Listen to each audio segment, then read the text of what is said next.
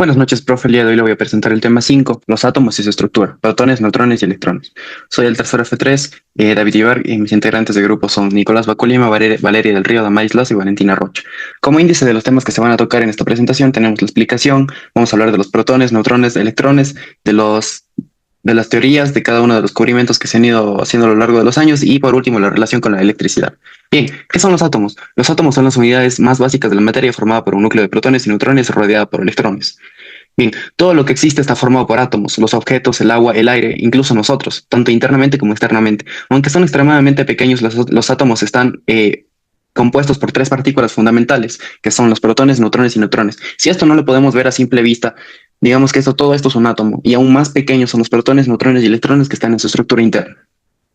Bien, ahora vamos con los protones. Los protones son partículas subatómicas con carga positiva que se encuentran en el núcleo del átomo. El número de protones determina el número de protones determina de qué elementos se está hablando, lo que se conoce como número atómico. Por ejemplo, el oxígeno tiene 8 protones y un protón también representa el hidrógeno. Su carga positiva también ayuda a mantener a los electrones cerca del núcleo gracias a la atracción eléctrica. El descubrimiento del protón se le atribuye principalmente a Ernest Rutherford, quien en 1917, al bombardear átomos, al, bo- en 1917, al bombardear átomos de nitrógeno con partículas alfa, identificó partículas de carga positiva y las llamó protones.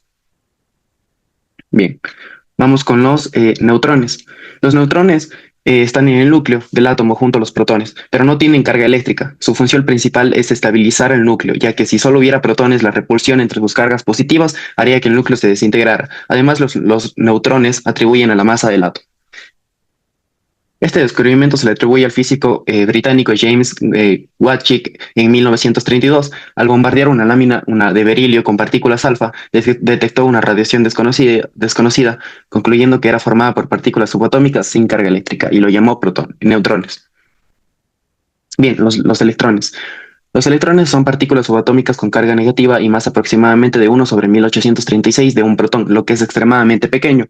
Orbitan alrededor del núcleo en nubes de probabilidad, no son en órbitas fijas como se pensaban en modelos antiguos. Son fundamentales para entender la estructura atómica y las interacciones químicas. ¿A qué se refiere esto de las nubes de probabilidad? Antes se creían que eran órbitas fijas para los neutrones, protones y electrones, pero mediante pasaron los años, científicos modernos concluyeron una nube de probabilidad en la que el movimiento varía según el elemento. ¿Quién descubrió los átomos? El concepto de átomo como unidad fundamental de la materia tiene una larga historia. Aunque se originó en la antigua Grecia, su desarrollo moderno se atribuye a varios científicos a lo largo del tiempo. Aunque la idea del átomo surgió de la antigua Grecia como filósofos como Demócrito, fue John Dalton quien propuso la primera teoría atómica científica en el siglo XIX. Él sugirió que el átomo eran esferas indivisibles y que cada elemento estaba formado por un tipo de átomo diferente. Bien, John Dalton. John Dalton fue un químico británico que en 1903 propuso que toda la materia está formada por átomos indivisibles y que los átomos de un mismo elemento son iguales entre sí. J. J. Thomson. J. J. Thomson descubrió el electrón en 1897 usando un tubo de rayos catódicos. A partir de este descubrimiento propuso el modelo de pudín de pasas. ¿A qué se refiere este pudín de pasas? Él engloba de que todo el átomo, de que todo el protón, de los neutrones, electrones y protones se parece mucho físicamente y más internamente del pudín de pasas a toda esta estructura. Bien, Ernest Rutherford realizó un experimento en el bombardeo de una lámina de oro con partículas alfa. Observó que la mayoría pasaba con algunas retobaban, lo que llevó a concluir que el átomo tenía un núcleo pequeño, denso y con carga positiva, y que los electrones giraban alrededor de este núcleo. Niels Bohr mejoró el modelo de Rutherford al proponer que los electrones giran alrededor de un núcleo en niveles de energía específicos. Según él, los electrones podían saltar de un nivel a otro, absorbiendo o liberando energía, perdón. Y eso explica el comportamiento de la luz en los átomos. Bien. Erwin Schinberg propuso un modelo cuántico del átomo donde los electrones no giran en órbitas fijas, sino en comportamientos como ondas. Y le introdujo la idea de la nube de probabilidad para determinar dónde es más probable encontrar un electrón en el momento dado, según el movimiento también que surge dentro de la nube.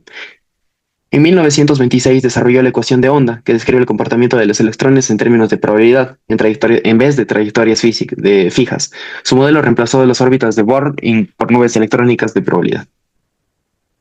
Modelo mecánico cuántico. Este modelo, desarrollado principalmente por Schinger y Suchenberg, describe a los electrones como partículas que se comportan también como ondas, en lugar de órbitas fijas. Los electrones se encuentran en orbitales que son regiones donde es probable encontrarlos. Este modelo es el más aceptado actualmente. También formuló este principio que establece que no se puede conocer con precisión simultáneamente la posición y la velocidad de un electrón. Bien, tenemos Heisenberg. Sí, soportó el principio de incertidumbre al modelo cuántico.